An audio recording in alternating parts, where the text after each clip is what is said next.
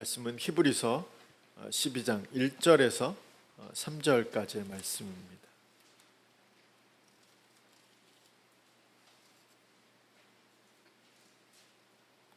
우리 1절부터 3절까지의 말씀을 우리 함께 같이 읽도록 하겠습니다.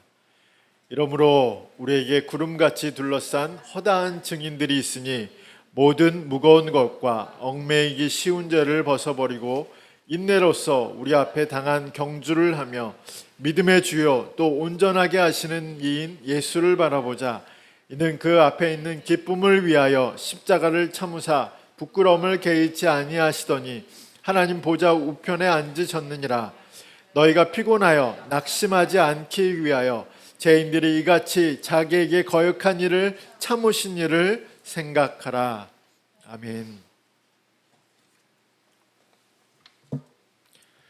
오늘 히브리서 12장 1절에서 3절까지의 말씀으로 예수를 바라보자 라는 제목으로 함께 말씀을 나누도록 하겠습니다.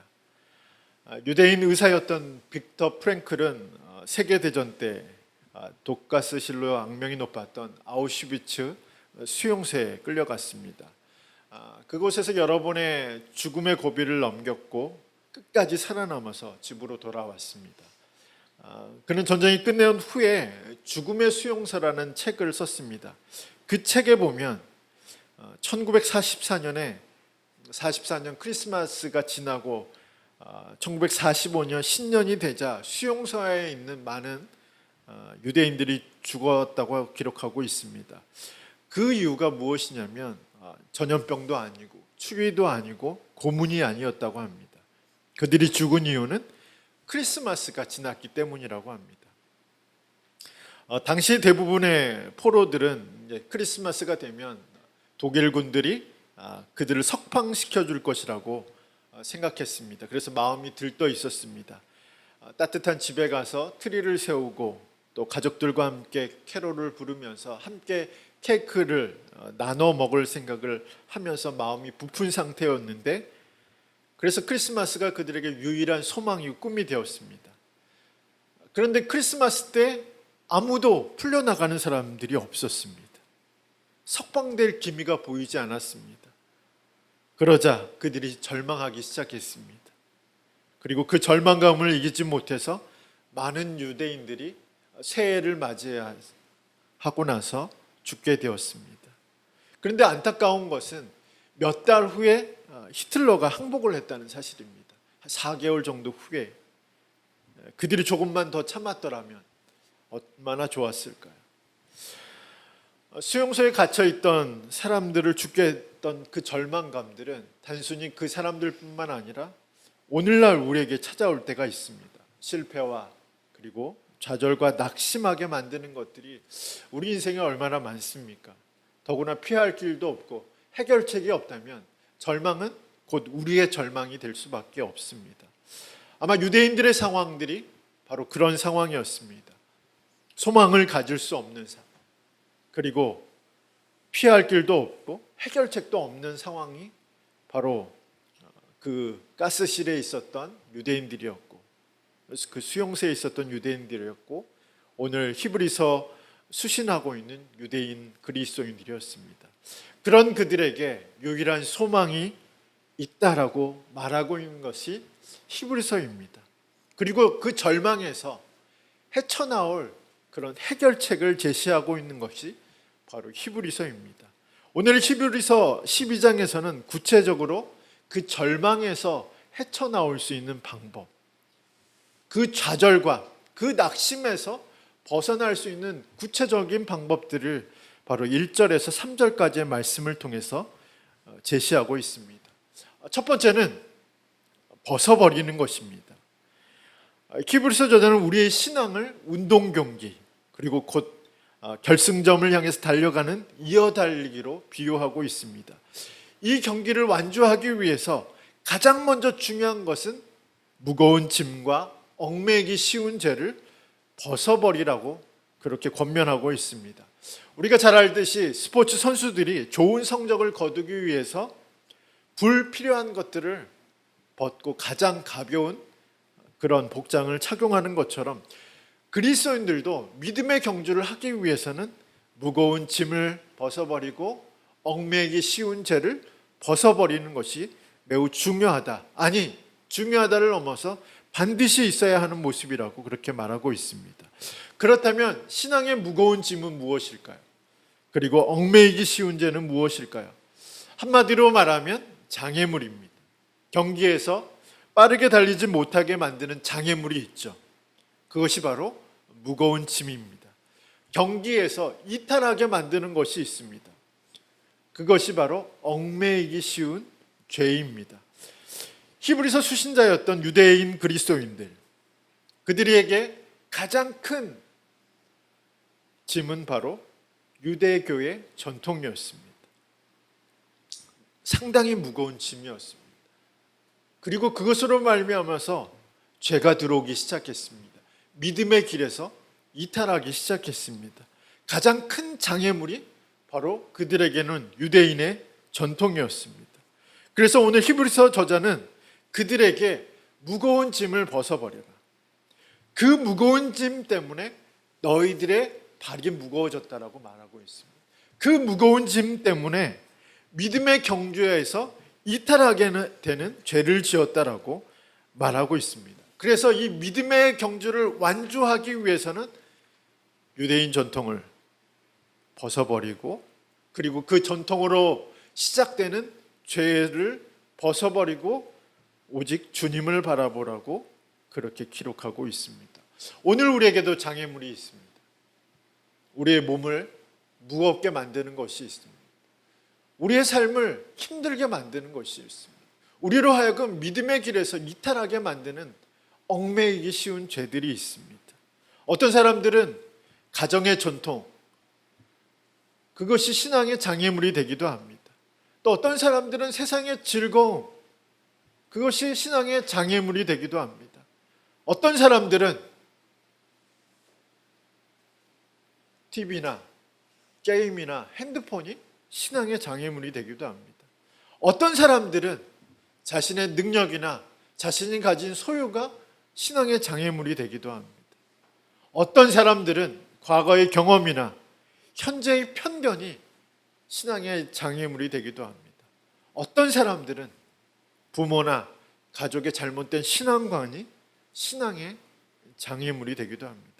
이런 장애물이 많을수록 우리의 몸은 무거워질 수밖에 없습니다. 이런 장애물을 벗어버리지 않는 한 우리는 이 장애물로 인해서 죄의 유혹을 많이 받게 됩니다. 그래서 결국에는 이 유혹을 이기지 못해서 믿음의 경주에서 이탈하게 됩니다.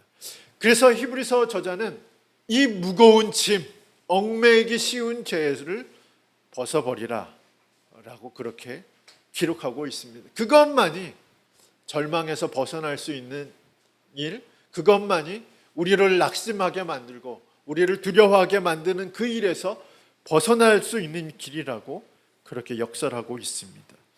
운동선수들은 가장 가벼운 옷을 입고 있죠. 그리고 그 옷을 경기에 입고 나갑니다. 한겨울이 되었어도 스포츠 경기가 열릴 때 그 선수들은 운동 경기에 나갈 때 가장 가벼운 복장을 하고 갑니다. 비바람이 몰아쳐도 그들은 어떻게 할까요? 가장 가벼운 옷을 입고 갑니다. 왜냐하면 경기를 하기 위해서는 몸이 가벼워야 하기 때문에 그렇습니다.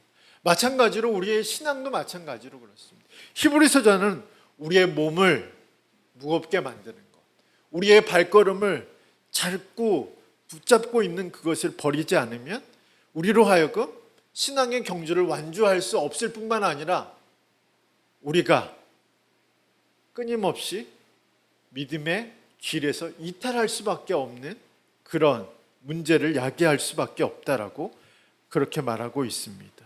그렇기 때문에 절망적인 상황에서 가장 먼저 우리가 해야 하는 일들은 바로 무거운 짐을 내려놓는 것입니다. 우리는 그렇게 생각하죠. 내가 이것을 갖고 있어야 내가 이 절망에서 벗어날 수 있어. 내가 이것을 갖고 있어야 그나마 위로를 얻고 그나마 두려움을 극복할 수 있을 거야 라고 생각합니다. 그러나 성경은 반대로 얘기하죠. 우리가 벗지 않으면, 우리가 내려놓지 않으면, 우리가 맡기지 않으면 그것이 우리로 하여금 신앙의 길에서 벗어나게 만들고 참된 소망이신 예수님을 만날 수 없게 되는 원인이 된다라고 말하고 있습니다. 그렇기 때문에 절망적인 상황을 맞이했을 때, 두렵고 낙심하고 염려하는 상황을 마주쳤을 때 가장 먼저 해야 하는 것은 우리의 몸을 무겁게 하는 그것을 내려놓는 것입니다. 시편에서는 그 말씀이 바로 이 내용을 이야기합니다. 우리의 무거운 짐을 날마다 대신 지시는 여호와께 맡기라. 그러니까 내가 그 짐을 들고 있는 게 아니라 그것을 하나님께 맡기라. 내가 그 짐을 무겁게 들고 신앙의 길을 걸어가는 게 아니라, 믿음의 경주를 하는 것이 아니라 내 무거운 짐은 누구에게? 하나님께 맡기. 그리고 우리는 믿음으로 그 경주를 해야 한다라는 말씀입니다. 맡긴다는 것은 던져버린다는 거죠. 그리고 뒤돌아보지 않는 것을 의미합니다. 우리가 우리의 짐을 내가 짊어지는 게 아니라 내려놓을 때, 하나님 앞에 맡길 때 우리는 절망적인 상황 속에서도 우리에게 참 소망을 주시는, 그리고 이 믿음의 길을 완주하게 하시는 그 은혜를 경험하게 될 줄 믿습니다. 무거운 짐을 내려놓을 때 우리는 우리의 절망에서 벗어나, 우리의 낙심에서 벗어나, 우리의 문제에서 벗어나 우리를 자유케 하시는 주님의 은혜를 경험할 수 있게 됩니다. 이런 은혜가 우리 가운데 있기를 간절히 소망합니다. 두 번째는 믿음의 경주를 완주하기 위해서 절망적인 상황 속에서도 또 낙심과 여러 가지 염려와 두려움이 섞인 그런 상황 속에서도 끝까지 믿음의 길을 완주하는 것은 인내하는 것이라고 말하고 있습니다. 이번 주에 우리가 매일 성경을 통해서 묵상한 히브리서 11장에서는 모든 것을 다 포기하고 싶을 정도로 정말 극단적인 절망적인 상황을 겪고 있는 사람들이 기록되어 있습니다. 어떤 사람들일까요? 어떤 기적도 경험하지 못한 사람, 예수 믿는데도, 온전히 예수님을 신뢰하고 있음에도 불구하고 어떤 기적도 경험하지 못한 사람, 어떤 능력도 경험하지 못한 사람, 그리고 어떤 구원도 경험하지 못한 사람이 있다라는 사실들을 우리가 11장의 말씀을 통해서 알 수 있습니다. 그런데 그들은 여전히 박해를 받고 있고, 그들은 여전히 고문을 받고 있고 고통 속에서 죽어가고 있었습니다. 참 놀라운 것은 이 사람들이 이 환경과 이 상황 속에서 절망하지 않았다는 사실입니다. 오히려 더 좋은 부활의 삶을 얻고자 인내했다라고 그렇게 히브리서 저자는 기록하고 있습니다. 그래서 히브리서 저자는 이 사람들을 어떻게 평가했냐? 세상이 감당하지 못할 사람들이다 라고 평가했습니다. 오늘 우리는 어떻습니까? 예수님을 잘 믿어도 우리를 절망하게 만드는 것이 있다는 사실들을 알고 있습니까? 예수님을 위해서 많은 것을 희생하고 헌신해도 여전히 그 삶을 낙심하게 만드는 것들이 있다는 것을 인정하십니까? 여전히 우리를 두려움에 빠뜨리고 염려에 빠뜨리는 것이 존재하고 있다는 사실들을 알고 있습니까? 우리가 기억해야 하는 것은 이때 우리가 낙심할 수밖에 없는 상황, 절망할 수밖에 없는 상황, 여전히 우리를 두렵게 하는 상황 가운데 있는 그 상황 속에서 우리가 잊지 말아야 하는 것이 바로 우리보다 더 절망적인 사람들이 있다라는 사실입니다. 그리고 그들이 가진 인내가 있었다는 사실들을 우리는 기억해야 합니다. 히브리서 저자가 말하는 인내는 수동적으로 참고 견디는 것을 말하는 것이 아닙니다. 하나님의 뜻을 이루기 위한 목적을 가지고 끝까지 밀고 나가는 것이 인내라고 말하고 있습니다. 즉 어떤 상황과 환경 속에서도 끝까지 믿음의 경기를 완주하는 사람, 끝까지 믿음의 길에서 이탈하지 않고 그 믿음의 길을 걸어가는 사람을 인내의 사람이다라고 그렇게 기록하고 있습니다. 한국 높이뛰기 최고 기록을 보유하고 있고 또 최근에 세계 선수권 대회에서 우리나라 선수로 처음 은메달을 획득한 우상혁 선수는 8살 때 교통사고를 당했습니다. 그때 후유증으로 인해서 이 선수의 오른발이 왼발보다 15mm 더 작다고 합니다. 그래서 이 선수가 육상을 시작하고 난 후에 가장 많이 했던 훈련은 균형을 잡는 훈련이었다고 합니다. 다른 선수들은 체력을 보강하거나 근육을 키우거나 또는 어떤 열심을 가지고 하는 반면에 이 선수는 균형이 잡히지 않으니까 제대로 뛸 수가 없고 또 제대로 시합에 나갈 수 없기 때문에 가장 많은 훈련을 이 균형 잡는 훈련이었다. 그렇게 인터뷰를 했습니다. 근데 문제는 더 있었죠. 짝발, 이제 15mm가 차이가 나니까 짝발이잖아요. 그래서 육상계 선배들로부터 야 너는 육상하면 안 될 것 같아 라는 말들을 정말 많이 들었다고 합니다. 더 충격적인 것은 이 선수가 이런 이야기를 했어요. 어떤 얘기를 했냐면 그 얘기를 가장 많이 했던 사람이 누구냐면 높이뛰기 최고 신기록을 가지고 있었던 선수였다고 말합니다. 가장 높이뛰기에서 한국 최고 신기록을 가지고 있던 그 사람, 그 선수가 자신에게 너는 높이뛰기 선수로는 잘 안 될 것 같아. 포기하는 게 좋을 것 같아. 그런 말을 가장 많이 했다. 신세대는 좀 다르죠. 직설적으로 그 사람이 가장 많은 이야기를 했다고 이렇게 밝혔으니까.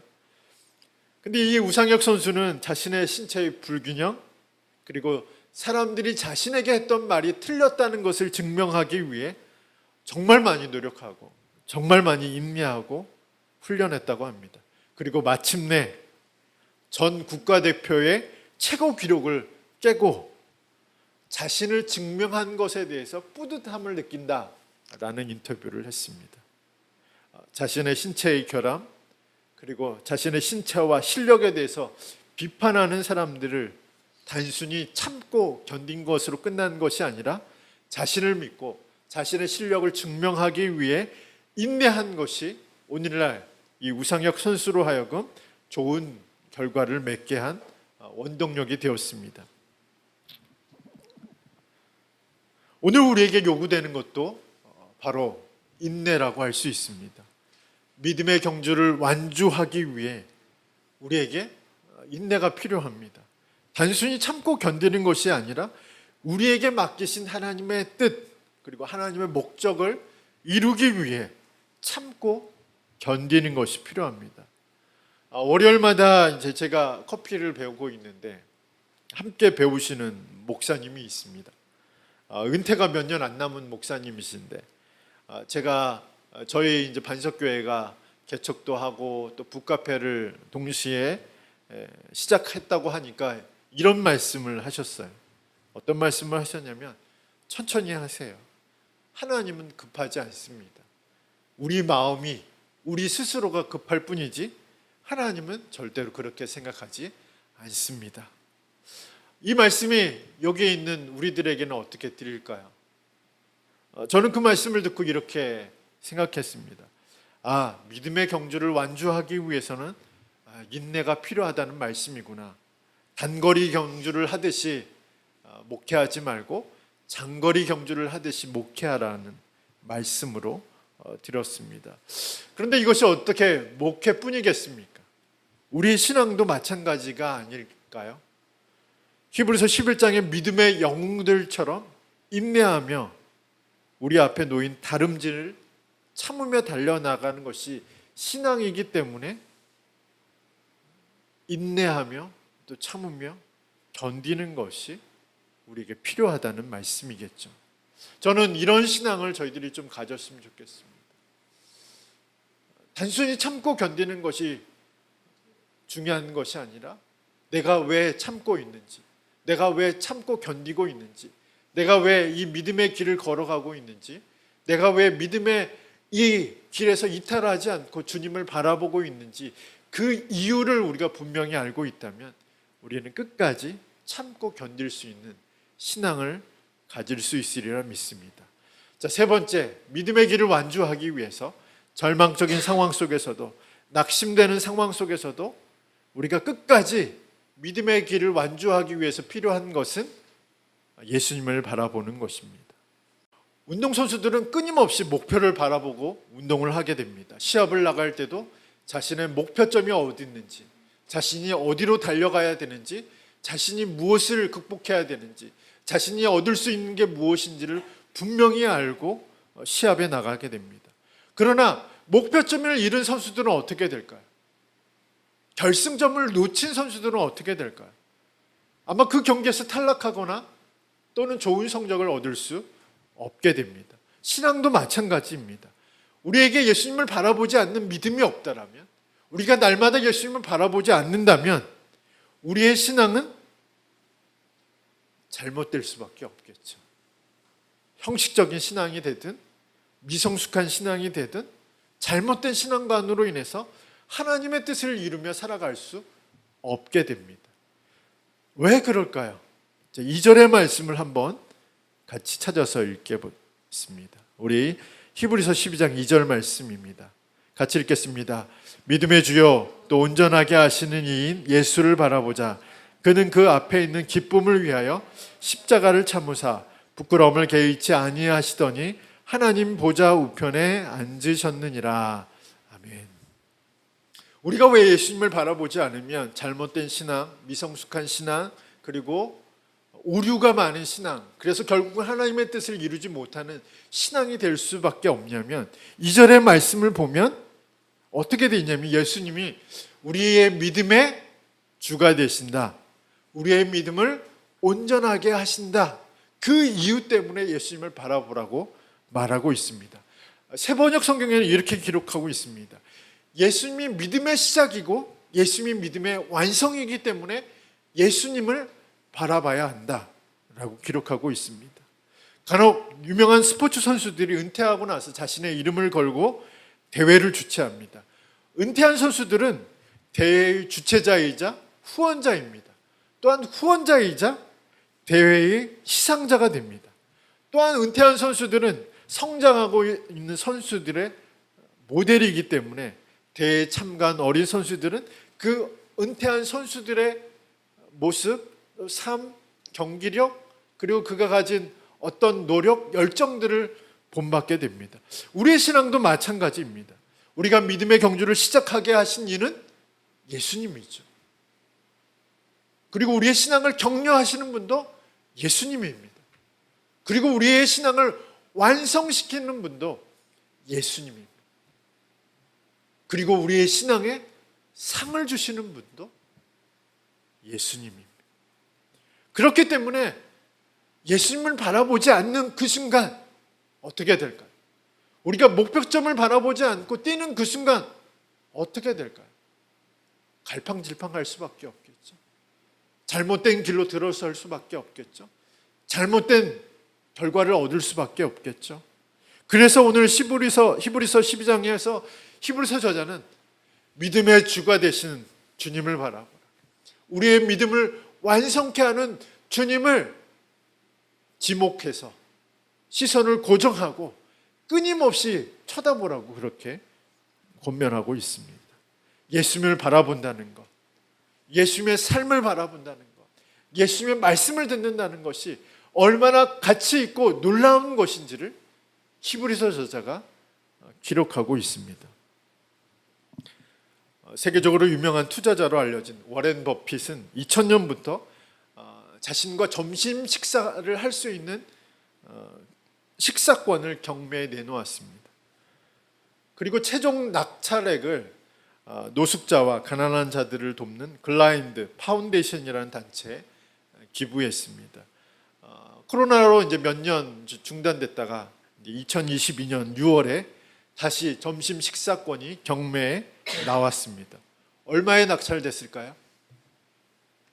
1,900만 달러. 우리 돈으로 246억입니다.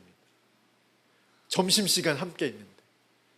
이 사람이 데리고 올 수 있는 사람이 7명이라고 합니다. 그러니까 본인을 포함해서 8명이 그 워렌 버핏과 점심 식사를 함께하는 그 비용이 246억.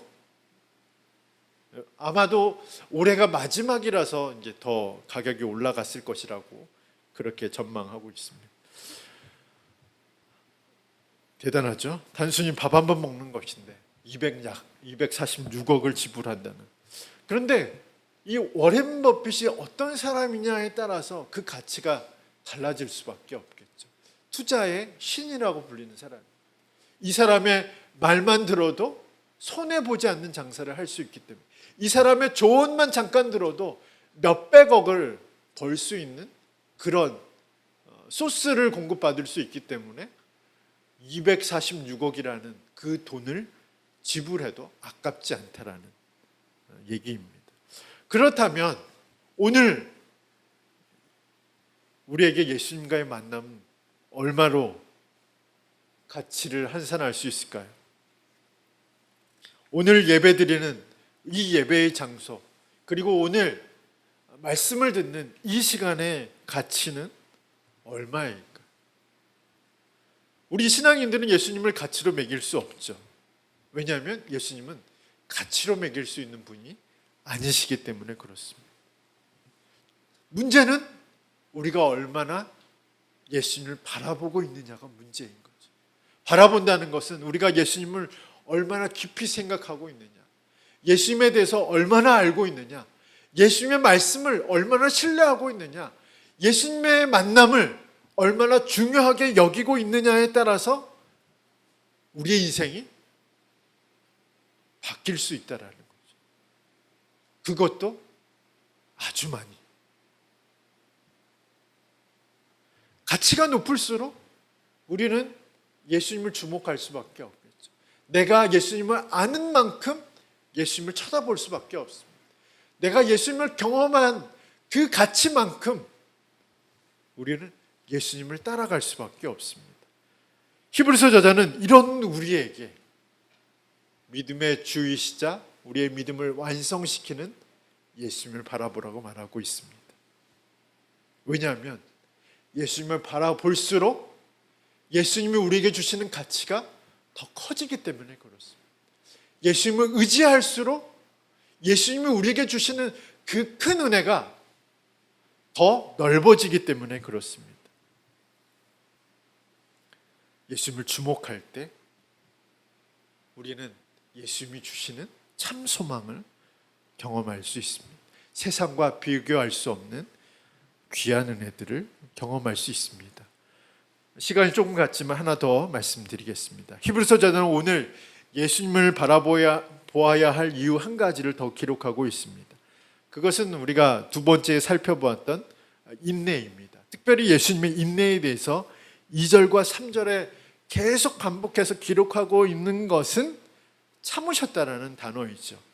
예수님은 십자가의 고통을 참으시고 십자가의 부끄러움을 참으시고 자신을 거역한 자들을 참으셨다라고 말하고 있습니다.